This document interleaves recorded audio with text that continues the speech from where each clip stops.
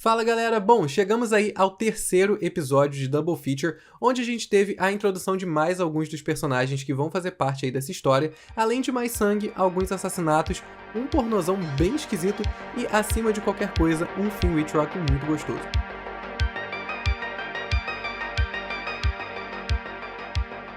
Antes de começar com o vídeo, já quero pedir para vocês deixarem o seu like aqui embaixo, se inscrever no canal e ativar o sininho, e também comentar aqui embaixo o que você tá achando da 10ª temporada de American Horror Story. Antes de começar o review, eu queria só corrigir uma coisinha que eu falei aqui nos últimos dois vídeos em relação à quantidade de episódios que o Red Tide, a primeira metade de Double Feature, vai ter. Eu tinha comentado nos vídeos que seriam 5 episódios, mas na verdade vão ser 6 episódios. Outra coisa que eu queria adicionar aqui antes de começar a falar do episódio é em relação a um comentário que um usuário chamado John Blue fez lá no review do primeiro episódio. Eu achei que eu tava sendo aí meio a doida do Silent Hill por fazer todas aquelas comparações, mas ele disse que além das semelhanças que eu vi, ainda tem mais algumas que eu nem sabia. Lá no primeiro jogo do Silent Hill, o personagem principal também se chama Harry e ele também é escritor. Então assim, eu acho muita coincidência para não ter nem um fundinho de referência, até porque Silent Hill, além de ter causado aí um grande impacto em relação aos games de terror, o filme também ficou muito famoso e muita gente conheceu essa história pelo filme. Então comenta aqui embaixo se você acha que Silent Hill tá sendo sim uma referência e eles só não contaram nada pra gente. Começando o episódio, a gente tem a Doris ali lavando... Engraçado falar que a Doris tá lavando a Alma, mas ela tá literalmente lavando a Alma porque a filha dela se chama Alma. Mas enfim, a Alma lá no final do último episódio, né, a última cena do último episódio, tinha sido a Alma no cemitério comendo aquele bicho morto, porque ela tomou a pílula e começou a ter desejo por sangue. Então a gente tem a Doris, né, que encontrou a filha toda coberta de sangue de rato, lavando a criança desesperadamente. Eu queria fazer um PS rapidinho aqui nessa cena, que apesar de eu entender que a Doris tá abalada com tudo que ela viu, eu ainda acho que ela tá lavando a filha de uma forma muito obsessiva com limpeza. Me pareceu muito que ela tem algum toque de limpeza, e ela tá esfregando a filha de uma forma muito frenética e esquisita. E ela volta a falar sobre a questão da doença de Lyme, que eu já tinha comentado com vocês lá nos últimos episódios. Então eu não sei se a Doris tem algum passado aí de ser um pouco hipocondríaca, ou se ela realmente tem alguma questão com limpeza muito forte, mas não me pareceu que todo aquele comportamento dela era resultado unicamente da situação que ela encontrou a filha dela. No meio dessa situação toda aí, com a Doris tendo contado pro Harry o que tinha acontecido, ele começa a fazer, né, ligar os pontos ali de que a Alma tinha de fato tomado a pílula. A xerife bate então na porta da casa e a gente descobre que a cidade denunciou a Alma. Eu vou dizer por que eu achei isso bem esquisito. Lembra que lá nos últimos episódios eu tinha falado sobre aquela minha teoria, que inclusive foi um dos pontos que eu conectei com Silent Hill, da cidade toda parecer que entendia essa dinâmica das criaturas, que sabia do uso dessas pílulas, ou mesmo que não soubesse das pílulas especificamente, já sabia que tinha aquelas criaturas ali, e tinha aquelas luzes vermelhas, e tinha a polícia com aqueles papos muito esquisitos. A gente viu que o dono do mercado sabia da obsessão do Harry com sangue porque ele tinha começado a tomar a pílula.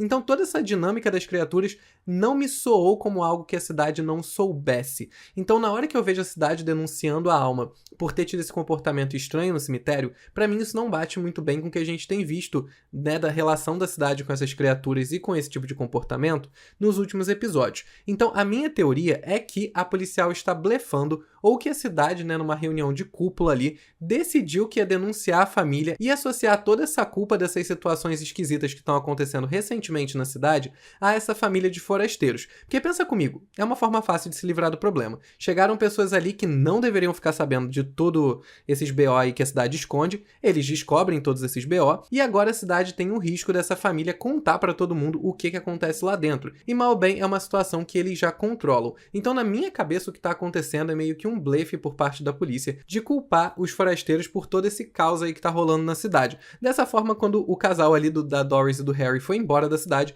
eles levam a culpa com eles, ninguém mais fala no assunto e tudo volta ao normal. Nesse momento, a Doris cai da escada e vai parar no hospital. Ela acaba sendo internada na cidade de Hyannis, que fica a 1 hora mais ou menos ali de Provincetown. Acredito por não ter um hospital com uma estrutura muito grande, ou talvez nenhum hospital na cidade, já que a cidade é bem pequenininha. E lá no hospital, o Harry volta a falar pra Doris que ele tá pretendendo tirar a família dele de Provincetown com tudo isso que tá acontecendo. Porém, a Doris fica ali condenada a estar internada mais alguns dias no hospital, e isso impediria que o Harry tirasse a galera da cidade imediatamente. Lá no hospital a gente tem mais uma cena ali com a Alma e o rolê dela com sangue. E assim, não sei vocês, mas pra mim tá parecendo que a Alma tá sentindo muito mais fome do que o pai. Ela, pelo menos durante o episódio, não só nessa cena, mas nas cenas seguintes, eu percebi a Alma falando muito mais sobre precisar se alimentar do que o pai fala. E isso não é estranho, já que um pouquinho mais pra frente ali no episódio, quando a gente vê que o Austin e a Belle descobrem que a Alma tomou a pílula e que ela é uma criança, eles parecem ficar bem preocupados e meio desesperados com o fato de uma criança estar tomando a pílula. Não sei se porque eles sabem que dá merda, ou se eles estão com muito medo do que pode acontecer, porque nunca na história uma criança tomou essa pílula. Continuando ali no episódio, a gente tem uma cena em que o Harry fala com a Alma sobre o uso das pílulas.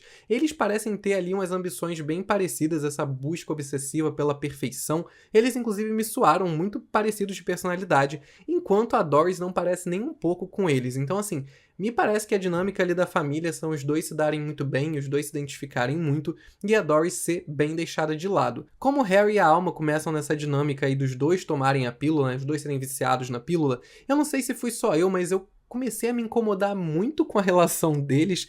Me parece um pouco uma vibe de um pai viciado, viciando a filha também.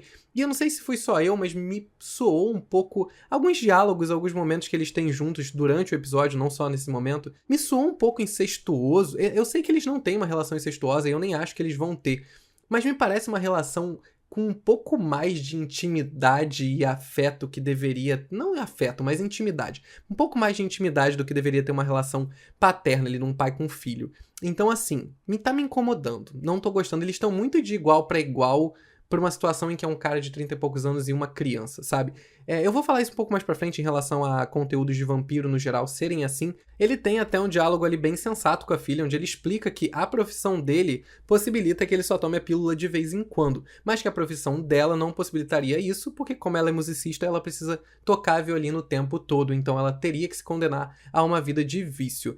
Nesse momento ali que eles estão conversando, a máscara ali da Alma, se é que tinha alguma, cai completamente, ela vira uma grande cuzona e ela começa a esculachar a Doris, dizendo que a mãe dela não é nada demais e que não sabe nem o que o pai tá fazendo com a mãe dela, que ela nunca consegue sobressair em nada. Como eu falei pra vocês, os dois têm parece essa visão bem parecida da Doris, né, em relação a não achar a Doris uma pessoa que mereça, enfim, valor, de alguma forma. Continuando com o episódio, a gente tem mais uma cena do Harry indo caçar, provavelmente mais uma pessoa que ele catou lá no Craigslist, só que dessa vez a caça não dá muito certo, né? Ele acaba sendo colocado ali, pego pela mulher e pelo namorado dela, que ele nem sabia que estava lá, colocado no porão dos dois pra ser parte, né, protagonista aí de um filme snuff. Caso você não saiba o que é um filme snuff, eu vou te explicar rapidinho. Filmes snuff são filmes com intenção de entreter e principalmente excitar quem está assistindo através de cenas reais de morte, mutilação e tortura.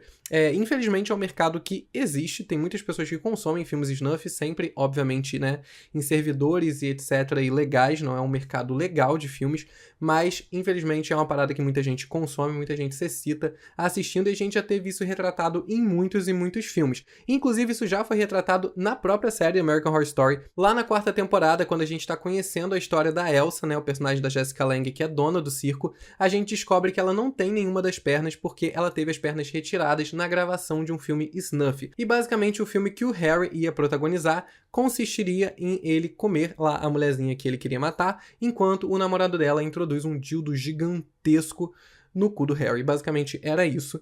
Essa cena, no geral, me gerou muito incômodo, porque eu tenho muito problema com essa temática do filme snuff, eu tenho muito problema com a temática das pessoas se excitando e se divertindo vendo o sofrimento dos outros. Isso pra mim é um nível de frieza que só de eu saber que existe já me incomoda demais, então já me incomodou muito quando eu vi em American Horror Story Freak Show, me incomodou muito agora também, principalmente na hora que ela fala que ela tá muito excitada de fazer aquilo. Então toda essa cena estava me deixando bem desconfortável, então eu fiquei bem feliz com o final dela, quando o Harry lembra que ele tem os dentinhos dele, corta lá a corda e mata os dois. No final eu achei bem legal porque teve um plot twist ali, né, de que primeiro ele ia ser a pessoa morta no filme snuff, e aí no final continua sendo um filme snuff, só que quem morreu foi a galera que ia matar ele. Então assim, quando ele volta pra casa, ele leva, né, um tanto de sangue da caça dele pra Alma e serve ele pra ela igual uma sopinha, dando um beijo na cabeça dela, e que coisa desconfortável de assistir, mas ao mesmo tempo eu tô tentando trabalhar na minha cabeça de que isso é sim uma dinâmica muito comum em filmes e conteúdos no geral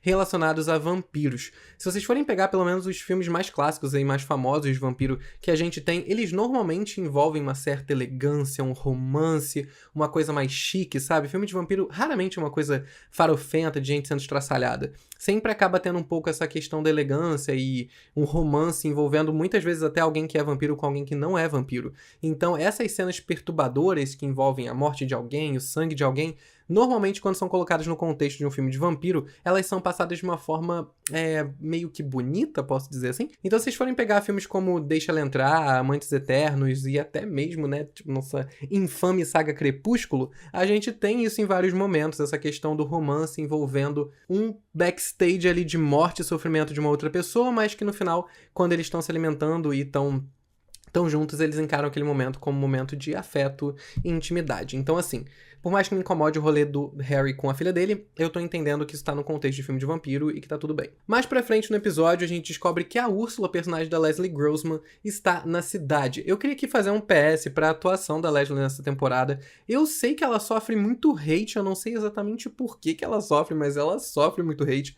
E eu já tinha falado aqui em algumas lives que eu fiz lá no Instagram e tal, que eu gosto da Leslie atuando, eu acho que ela tem muitos traços de comédia, então eu sinto que ela sempre traz isso um pouco pra American Horror Story. Eu não acho que ela faz isso de forma sem contexto, eu acho que ela consegue contextualizar a comédia dela nos personagens que ela faz, e não entendo muito por que a galera pega tanto no pé dela e fala que ela é tão ruim. Por mais que eu sinta que a Leslie tem sempre esses traços de comédia, eu não acho que ela me incomoda em nenhuma cena, e não acho que ela seja responsável por fazer nenhuma cena perder a qualidade. Lá no último episódio a gente tinha visto que o Mickey era roteirista e ele tava conseguindo escrever bem, né, por conta dele ter usado a pílula também. Ele entrega aí, então, alguns roteiros pra Úrsula, que não acredita muito nele no começo, mas no final vê que ele realmente escreve muito bem e ela começa a ligar os pontos de que tem alguma merda rolando na cidade. Ela no final consegue resolver o B.O. todo lá, tira as informações do Mickey sem nem se esforçar muito pra falar a verdade, e ela quer começar um comércio dessas pílulas em Hollywood, porque afinal, né, tipo, é onde todo mundo tá lá tentando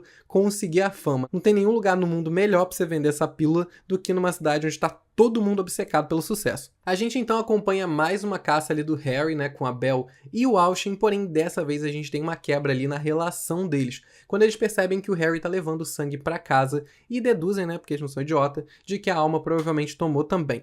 E aí nesse momento que tem aquele diálogo lá que eu comentei com vocês no começo do review, deles falarem, né, sobre os perigos de uma criança tomar isso, mas no final eu não sinto que eles estão muito preocupados também, porque eles decidem que vão matar todo mundo pra não ter problema. Eles não querem, na verdade, que a pílula seja disseminada pra todo mundo na cidade. É uma coisa deles, é uma coisa secreta, e é uma coisa que de fato não pode sair do controle deles. Eu queria muito que vocês dessem a atenção e o valor que a cena seguinte a essa merece, que é a cena em que a Belle vai lá na casa do Mickey, poder, enfim, descobrir ali como é que ele pegou as pílulas e poder pedir coisas pra ele, falar que se ele quer as pílulas vai ter que trazer sangue pra ela, e quer que mate a Úrsula pra acabar com os problemas dela. Tem esses momentos que são importantes pra trama, mas caralho, que texto maravilhoso que a Frances Conroy recebeu pra essa cena. Sério, as falas todas da Belle nesse momento foram incríveis, eu amei as piadas que ela fez, eu acho que foi possivelmente um dos momentos que eu senti mais a Belle sendo construída como alguém que não gosta de pobre, que tá acostumada a viver na riqueza e acostumada a viver com tudo do bom e do melhor e longe dos comuns, sabe? Não tô dizendo que isso não é um comportamento problemático, é extremamente problemático, mas dentro do personagem dela tem um contexto muito legal e também essas falas todas que ela disse ali, eu acho que tem muito potencial de serem icônicas e lembradas pra sempre. E tem tanto tempo que eu não vejo os roteiristas de American Horror Story se esforçando pra fazer um diálogo memorável, que a gente vai falar dele daqui pra frente. Então, assim, gostei muito, acho que tem muito potencial de meme, muito potencial de ser lembrado. Então, assim, parabéns pra quem escreveu esse texto. Arrasaram. You're a paper airplane and I'm a 747. Don't you ever think you're anything like me just because you can fly a little. Continuando no episódio, a gente tem a introdução de Dennis O'Hare, como eu falei pra vocês, alguns atores que a gente já sabia que iam estar na temporada finalmente apareceram, e o Dennis foi um deles. Ele testemunhou, né, o Mickey matando o cara, o nome dele é Holden, e ele é um designer de interior de casa, ele já fez várias casas ali de Provincetown. Nesse momento eu fiquei um pouco pensando se vai ter alguma rixa do Holden com a Doris, porque afinal a Doris também é designer de interiores, né, então assim, e ela não é muito boa em teoria, então não sei se por acaso vai ter algum momento de mais uma pessoa esculachando a Doris por algum motivo, ele tem potencial pra isso. Porém, a coisa que eu achei mais importante de ser notada nessa cena do Holden é que ele chama as criaturas de criaturas para xerife. Ele não usa nenhum outro termo, ele fala aquelas criaturas pálidas da cidade. E ela não muda a expressão dela. Então, assim, volta a bater na tecla de que, pra mim, todo mundo nessa cidade sabe o que está acontecendo, porque não é possível que uma pessoa fale de criaturas pálidas na sua cidade e você, enquanto policial, só fale, ok, beleza. Alguma coisa tem. Como eu falei pra vocês lá no último review, pra mim tá muito claro que essa temporada toda é focada na obsessão do sucesso e também nas regalias aí do sucesso, né? Tudo que ele traz de bom pra você, mesmo que sejam ilusões, em alguns momentos ele traz sim benefícios. E a gente tem ali mais um momento, né, que o Mickey vai lá tentar matar a Úrsula e ela consegue convencer ele a não fazer isso através de contratos e dinheiros e sucessos. Basicamente ela oferece pra ele tudo que o Harry tá recebendo, ele fica ali encantado, obcecado com aquilo e acaba não matando ela. Ele inclusive fica bem emocionado, chega até a chorar. E é nesse momento em que a Úrsula, que tá aí com vários planos de monetizar a tal da pílula, decide que ela quer conhecer a The Chemist, que a gente já tá ouvindo falar aí desde o começo da temporada. A gente sabe que é o personagem da Angelica Ross, mas até agora ela não tinha aparecido. A gente finalmente conhece a The Chemist lá na casa dela, e a gente descobre que a Úrsula ofereceu para ela um trato, onde ela receberia, né, um tanto das pílulas, e em troca ela daria uma porcentagem dos lucros que viessem dos trabalhos feitos com o uso das pílulas. Então o que a galera criasse e desse muito resultado seria revertido aí em dinheiro para The Chemist. Porém, a The Chemist não confia muito na Úrsula, o que é extremamente compreensível, já que ela aparentemente, junto com todo mundo da cidade, protege essas pílulas, né, de serem espalhadas para todo mundo. Então, o plano da Úrsula é meio que contra tudo que eles estão tentando fazer. E ela basicamente pede para todo mundo matar a Úrsula, o Harry e a Alma, né? Ela parece bem amiga ali da Belle e do Austin e manda eles fazerem o serviço. Já no final do episódio, a gente vê que a Úrsula acaba ficando de babá da Alma, enquanto o Harry vai ver a Doris no hospital. E aí a gente tem um momento que me surpreendeu bastante, em que a xerife vai lá conversar com a Alma e ela parece realmente não saber da causa das mortes, o que... Isso tá muito confuso pra mim ainda. O rolê da xerife eu ainda não entendi se ela tá blefando, se ela tá... Enfim, ela me parece saber muito do rolê e não saber muito do rolê ao mesmo tempo, então ela me confunde, mas ela não vai me confundir muito mais, né? Porque depois desse rolê todo, ela é assassinada pela Alma. Tipo, a criança pega a faca e degola a mulher. Eu não tava esperando nem que a Dina Porter morresse tão rápido na temporada e nem mesmo que a Alma, né, que é interpretada por uma criança, fosse protagonizar uma cena de assassinato a sangue frio no meio da sala e deixa a mulher lá sangrando igual uma vaca. E aí, quando o Harry volta pra casa, a gente tem mais frieza e sociopatia quando a gente vê que a Úrsula tá lá dentro, sabe que a mulher foi morta, larga o corpo ali aonde tá, e fica ali tomando um cafezinho com a Alma, como se elas estivessem assistindo um Bob Esponja de boa. Então, assim, fiquei bem surpreso com esse episódio. No geral, eu acho que muitas máscaras caíram em relação a quem realmente são esses personagens. Acho que a temporada tá fazendo muito bem o que aparentemente ela tá se propondo a fazer, que é uma releitura dessas histórias de vampiro. Então, acho que tudo que a gente tá vendo ali agora, pra mim, tá se encaixando um pouco mais. O clima frio, aquela fotografia muito pálida, os personagens parecendo um pouco uma vibe meio Tim Burton, tudo isso tá se encaixando bastante agora que eu tô vendo que a temporada tem uma pegada de vampiro muito mais forte do que eu tava esperando e acredito que a maioria das pessoas estavam esperando também. Então é isso, quero saber o que vocês acharam do terceiro episódio de Double Feature, comenta aqui embaixo que a gente vai estar lendo os comentários de vocês e respondendo. Mais uma vez, não esquece de se inscrever aqui no canal e ativar o sininho, deixar o seu like aqui no vídeo também e de seguir a gente em todas as redes sociais que estão aqui na nossa descrição. Eu vou ficando por aqui e até o próximo vídeo.